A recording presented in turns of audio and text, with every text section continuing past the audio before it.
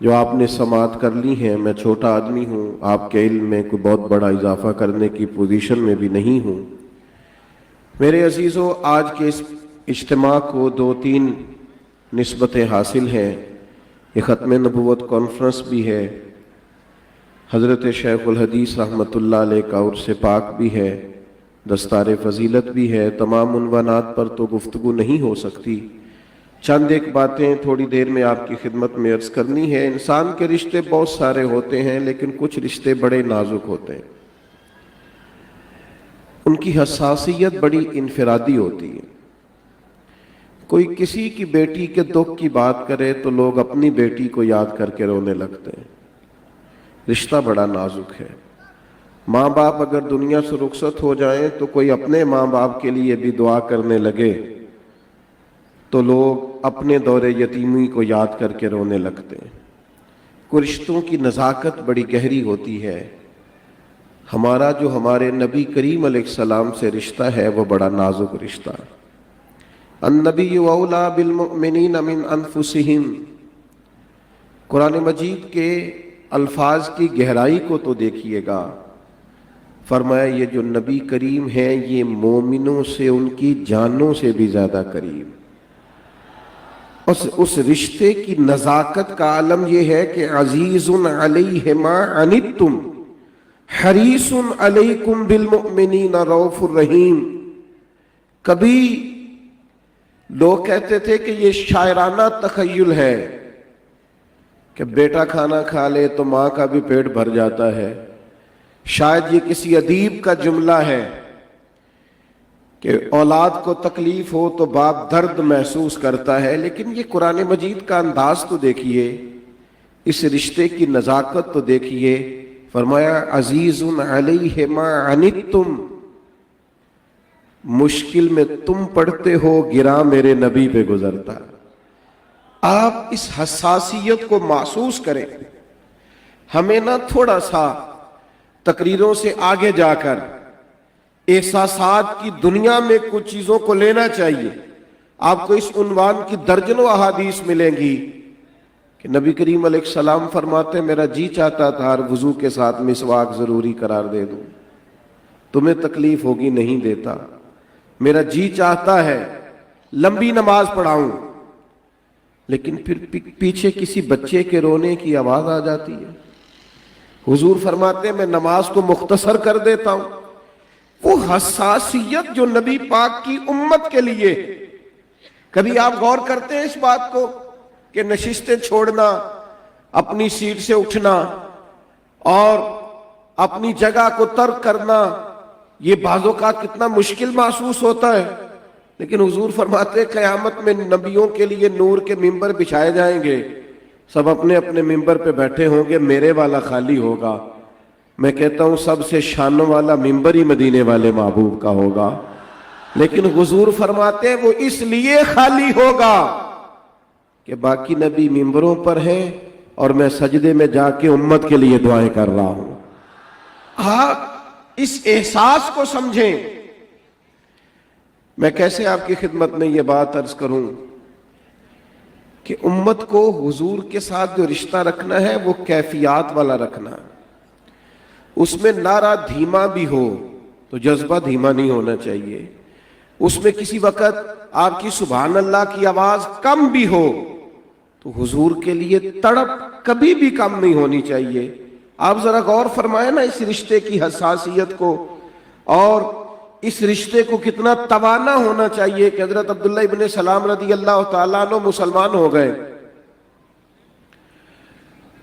تو وہ چونکہ اہل یہود کی جانب سے آئے تھے تو وہاں مسئلہ یہ تھا کہ اونٹنی کا دودھ نہیں پیا جاتا تھا، اونٹ کا گوشت نہیں کھایا جاتا تھا. تو ان کے دل میں صرف خیال آیا کہ وہاں منع ہے، یہاں ضروری نہیں ہے. آپ میں سے کتنے لوگ ہیں جنہوں نے شاید کبھی اونٹنی کا دودھ نہ پیا ہو، اونٹ کا گوشت نہ کھایا ہو، لیکن انہوں نے تھوڑی رعایت کی، اس مذہب کی تھوڑی رعایت. یہ رشتہ ذرا حساس ہے. محبوب کے ہوتے ہوئے کسی اور کو دیکھنا، ان جلووں کی موجودگی میں کسی اور طرف نظر کرنا، نبی کریم علیہ السلام کی محبت کا دعویٰ کرنا اور پھر تھوڑی دیر کے لیے بھی دائیں بائیں دیکھنا یہ ممکن نہیں ہے۔ انہوں نے جب یہ بات کی کہ یہاں ضروری نہیں ہے اور وہاں منع ہے، پتہ اللہ کریم نے کیا فرمایا؟ یا ایھا الذین آمنوا ادخلوا فی السلم کافہ، اے ایمان والو پورے پورے دین میں داخل ہو جاؤ۔ تمہارا رب رسول سے جو رشتہ ہے وہ حساس ہے، وہ تمہیں اجازت نہیں دیتا دائیں بائیں دیکھنے کی۔ ادھر دیکھنا میری طرف نوجوانوں، شوق بڑھایا نا لوگوں کو، اس کی بھی بات سننا ہے، اس کی بھی بات سننا ہے۔ وہ بھی تو بات ہی کرتا ہے، وہ بھی تو اپنی گفتگو کے پیچھے ایک فلسفہ ہی رکھتا ہے۔ سنو نا، حضرت عمر تورات پڑھ رہے تھے، حضرت عمر محدث امت، فرمایا اللہ نے ان کی زبان پر حق جاری فرما دیا ہے۔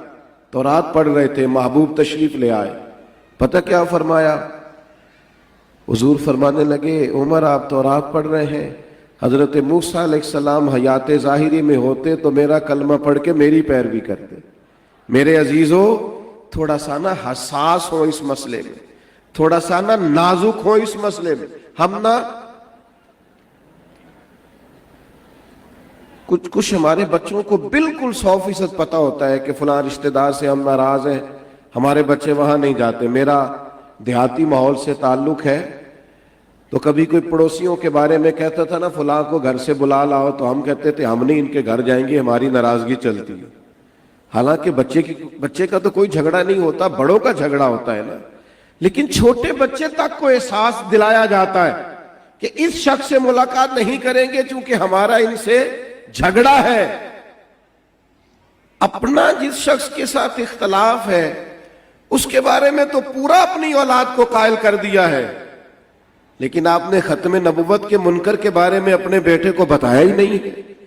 آپ نے رسول کائنات علیہ السلام کے دشمن کے بارے میں اپنی اولاد کو قائل ہی نہیں کیا۔ آپ نے یہ بتایا ہی نہیں کہ بیٹا یہ کتنا نازک مسئلہ ہے۔ اس نزاکت کو جو سمجھے تو سیدنا صدیق اکبر سمجھے، وہ لوگ سمجھ گئے، اس باریکی کو سمجھ گئے۔ ایک ذرہ برابر بھی گنجائش نہیں دی کبھی انہوں نے، ایک ذرہ برابر۔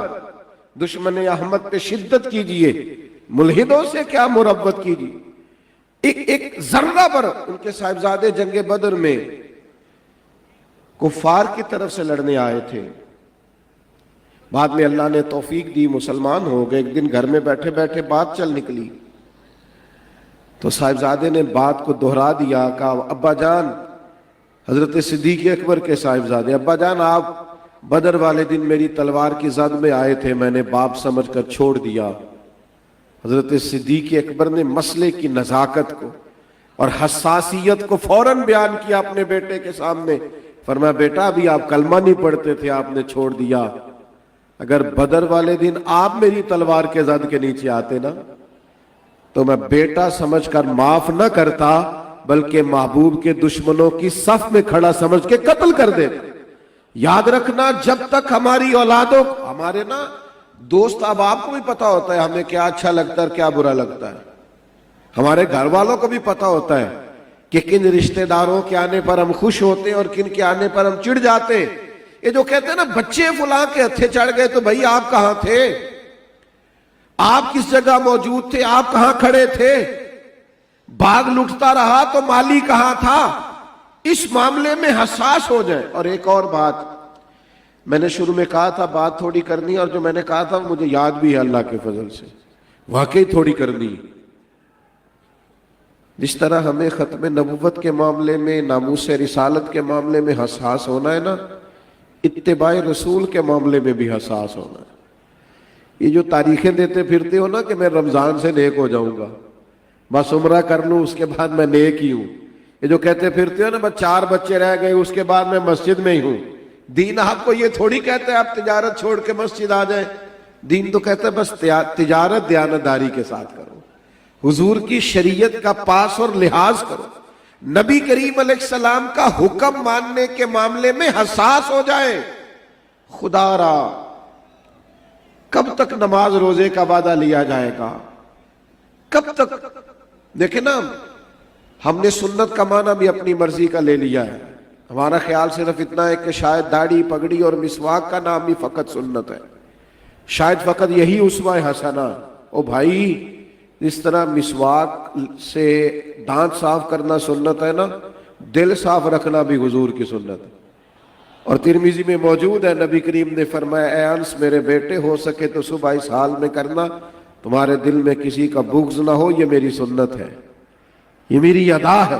بھائی وسیع اسوہ حسنہ کو سمجھے، نبی پاک علیہ السلام کی اداؤں کو پورے طور پر اپنانے کی صحیح کرے۔ صحابہ ابرو کے اشارے کے منتظر ہوتے تھے، ہم تو واضح باتوں میں بھی تعویلیں کرتے پھرتے ہیں نا معاذ اللہ، ابرو کے اشارے پر، یعنی نبی کریم علیہ السلام نے یہ ابھی 2-3 اعلان ہوئے، لوگ بیٹھ جائیں، لوگ رک جائیں، یہ بعض اوقات نظم ٹھیک کرنے کے لیے باتیں ہوتی ہیں۔ سرکار خطبہ ارشاد فرما رہے تھے، جمعے کا ایک صاحب کھڑے ہو گئے، حضور نے فرمایا بیٹھ جاؤ، مطلق کہا، نام نہیں لیا۔ ایک صحابی ابھی بنو غنم میں تھے، بس حضور کی آواز آ گئی ہے نا کانوں میں، رشتہ بڑا حساس ہے نا، انہوں نے پوچھا نہیں کسی سے کہ بھلا کس کو کہا جا رہا ہے، بس آواز آ گئی نا تو جہاں کھڑے تھے وہیں بیٹھ گئے۔ ہم نے نہ کبھی قطرے پہ غور کیا اور نہ دریا دیکھا، بس جہاں تیری جھلک دیکھی وہیں ڈوب گئے۔ پنجابی ہوں تو پنجابی کا شعر بھی آ گیا ہے، چلے سن لیجئے۔ ایک درویش نے کہا تھا، سانو تے قید سجن دا گہنا ہے، او جنج رکھے اساں اونج رہنا ہے۔ کہا بیٹھ جاؤ، لہذا مطلق کہا تو بیٹھ گئے۔ تھوڑے حساس ہو جائیں، شرعی معاملات کے اندر تھوڑے حساس ہو۔ ہم جن بزرگوں کو متقی کہتے ہیں نا، اس کا بھی ایک معنی یہ ہے کہ وہ شریعت میں حساس تھے، وہ تقوی کے معاملے میں حساس تھے۔ جن بزرگوں کے آراس منعقد کیے جاتے ہیں ان میں حساسیت تھی۔ میں ایک بات علم کے تعلق سے کر کے اپنی بات کو سمیٹ دوں گا۔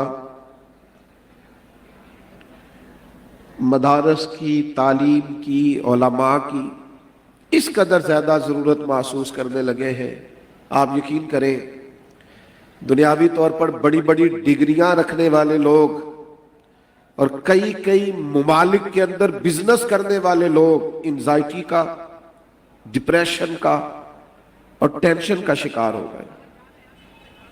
لوگ پیر صاحب کے پاس جا کر، عالم کے پاس جا کر سکون کا طریقہ ڈھونڈتے ہیں۔ خدا را قوم کی نبض کو سمجھنے کی ضرورت ہے۔ الجھے اور بکھرے خیالات، ٹوٹتی بکھرتی سوچیں، وسوسوں کے غلبے اور نجی محافل کے اندر اپنا درد بیان کرتے ہوئے لوگ، گھروں کے چھوٹے چھوٹے مسائل۔ میں کیسے آپ کی بارگاہ میں وہ باتیں عرض کروں کہ بہت بڑے عہدے پر فائز ہونے والا پنجاب کا ایک نوجوان خود خوشی کرتے ہوئے معاذ اللہ لکھ گیا کہ سب کچھ ہے، میرے پاس سکون کی دولت موجود نہیں ہے۔ دوستو، یہ جو کتاب و سنت کا علم ہے نا، یہ انسان کو اطمینان قلبی دیتا ہے، انشراح صدر دیتا ہے، اس سے تسلی پیدا ہوتی، ٹھہراؤ پیدا ہوتا ہے۔ یہ انسان کو خود آشنا بھی کرتا ہے اور خدا آشنا بھی کرتا ہے۔ میں ذمہ داری سے کہہ رہا ہوں، میں اس پر دلائل نہیں دے سکتا، اتنا وقت نہیں ہے، میں ذمہ داری سے عرض کر رہا ہوں آپ کی خدمت میں۔ قرآن و حدیث کا علم دلوں کو ٹھنڈا کرے گا۔ جب آپ کتاب و سنت کے اندر شکر کے جذبات کو پڑھیں گے، 100 کے قریب قرآن مجید کی صبر کے متعلق سے آیات ہیں، ان کو پڑھیں گے، 500 کے قریب علماء نے احادیث و آثار ذکر کیے، اس کو جب آپ پڑھیں گے، جب آپ استقامت کو دیکھیں گے، جب آپ درگزر کے فلسفے پڑھیں گے، جب اللہ کی رضا پر راضی رہنے کا ذوق آپ کی طبیعت میں آئے گا، مقام تسلیم و رضا کو سمجھیں گے، تو یہ ساری پریشانیاں، میں کہا کرتا ہوں، انزائٹی اور مومن، ڈپریشن اور مومن، ٹینشن اور مومن، مومن تو ایک طاقتور جذبے کا نام ہے۔ ایمان تو ٹھہراؤ لاتا ہے، لیکن اس کے لیے دینی علوم کی، دینی علماء کے پاس بیٹھنے کی، آپ یقین کریں جو ہمارے صوفیاء کے پاس بیٹھا کرتے تھے نا لوگ، ان کے اندر بھی طاقت آ جاتی تھی۔ وہ بہت زیادہ روپیہ پیسہ نہ ہونے کے باوجود بھی بڑی اطمینان والی زندگی گزارتے تھے۔ میں اب وہ کسی نے کہا تھا کیسا دستور زباں بندی ہے تیری محفل میں، بات کرنے کو ترستی ہے زباں میری۔ نبی کریم علیہ السلام کی زیارت کو سیدنا عمر تشریف لائے نا، اور کریم جب اٹھ کر آرام فرما تھے، جب حضور اٹھ کے بیٹھے تو جناب عمر نے دیکھا کہ کمر مبارک پر موٹے بان کی چارپائی کے نشانات ہیں، تو حضرت عمر جیسا دلیر آدمی رو پڑا، یا رسول اللہ، اللہ کے دشمن کیسے ہو کسرا اتنی آسانی میں اور آپ اتنی تکلیف میں؟ تو محبوب نے بات کا رخ ہی بدل دیا، فرمایا عمر تم پسند نہیں کرتے وہ دنیا میں تھوڑی آسودگی حاصل کریں اور قیامت میں رسوا ہو جائیں، اور ہم دنیا میں تھوڑی تکلیف برداشت کریں اور آخرت کی ساری سعادتیں اللہ ہمیں ہی عطا فرمائے۔ اور یارو یہ ترمذی کی حدیث کے جملے یاد رکھنا، میرے نبی کریم نے اللہ سے دعا مانگی ہے، اے اللہ ایک وقت روٹی دے اور ایک وقت فاقہ عطا فرما، جب تو رزق دے میں تیرا شکر ادا کروں، اور جب فاقہ ہو تو میں تیری بارگاہ میں التجا کروں۔ یہ اطمینان قلبی، یہ طبیعت کا ٹھہراؤ، یہ حوصلہ، یہ دینی علوم کے ساتھ آئے گا۔ سوسائٹی کے اندر جب اس فکر کو آپ کیا جائے گا پھر توانائی ملے گی لوگوں کو، طبیعتوں میں ٹھہراؤ آئے گا، ورنہ دولت کی دوڑ دھوپ اور چھوٹی گاڑی سے بڑی کا شوق اور چھوٹے سوسائٹی میں رہتے ہوئے بڑی سوسائٹی میں جانے کی تڑپ، 2 4 اور 4 کا 8 بنانے، اس نے تو لوگوں کو بے چین کر دیا، بے قرار کر دیا، الجھ گئے ہیں لوگ، اس دوڑ نے تھکا دیا ہے۔ ہمارے دیہاتوں میں لوگ کہا کرتے تھے ملک سے باہر جا رہا ہوں، 2 4 سال لگا کے لوٹ کے آؤں گا، پھر یہیں کوئی کاروبار کروں گا، لیکن وہ 4 سال لگانے گئے، دوبارہ لوٹ کر واپس نہیں آئے، ان کی اولادیں بھی گئی۔ کیوں؟ اس لیے کہ یہ دولت ایک ایسی چیز ہے کہ جتنی یہ مل جاتی ہے اس کی طلب اور بڑھ جاتی ہے، اس کی پیاس اور بڑھ جاتی۔ تو بھائیو یاد رکھیے گا دینی علوم کی اس لیے ضرورت ہے۔ اور آخری گزارش جس پر اپنی بات ختم کرنے لگا ہوں، اللہ والا ہوتا ہی وہ ہے جس کے پاس بیٹھ کر اطمینان قلبی نصیب ہو۔ وہ جو فرمائے نا اللہ کا ولی وہ ہے جسے دیکھ کے اللہ یاد آئے، اس کی باتیں سنی جائیں، اس کے پاس بیٹھا جائے تو توجہ آخرت کی طرف ہو۔ ایسا نہ ہو کہ اس کی گاڑی دیکھ کے بندہ پوچھتے پھرے کہ بھلا یہ کتنے کی ہے، اس کا لباس دیکھ کر لوگ اندازہ کریں کہ یہ گھڑی کتنے کی ہے اور فلاں چیز کتنے کی ہے اور گھر کتنے کا۔ وہی ہے تیرے زمانے کا امام برحق جو تجھے حاضر و موجود سے بیزار کرے اور موت کی شکل میں دکھلا کے تجھے جلوائے دوست زندگی تیرے لیے اور بھی دشوار کرے۔ آؤ اللہ والوں کی طرف رجوع کرو، علماء کے پاس بیٹھو، دینی علوم کو سمجھو، یہ تمہارے دلوں میں اطمینان پیدا کرے گا، کتاب و سنت کا علم ٹھہراؤ لائے گا، سکون لائے گا، تمہیں معرفت الہی کی طرف رغبت دے گا، تمہارے دل سکون اور اطمینان پائیں گے۔ اپنی بات کو سمیٹتے ہوئے اس دعا کی طرف بڑھتا ہوں کہ اے اللہ ہم جو کہتے ہیں وہ تیری توفیق سے کہتے ہیں، تو فضل فرما اور ہماری باتوں کو ہمارے لیے عمل کے جذبوں میں بھی ڈھال دے، اور ہمیں وہ رستے پہ چلا دے جو رستہ صراط مستقیم ہے، اور اب امت میں ایسے لوگ پیدا کر دے کہ جن لوگوں کے عمل کو دیکھ کر، کردار کو دیکھ کر، پاس بیٹھ کر، ان کے ساتھ وقت گزار کر لوگ دین کی عملی تصویر کو دیکھ سکیں۔ میں نے کئی دفعہ کہا ہے، پھر کہتا ہوں، اللہ کا فضل ہے میں نے بھی پگڑی باندھی ہے، خدا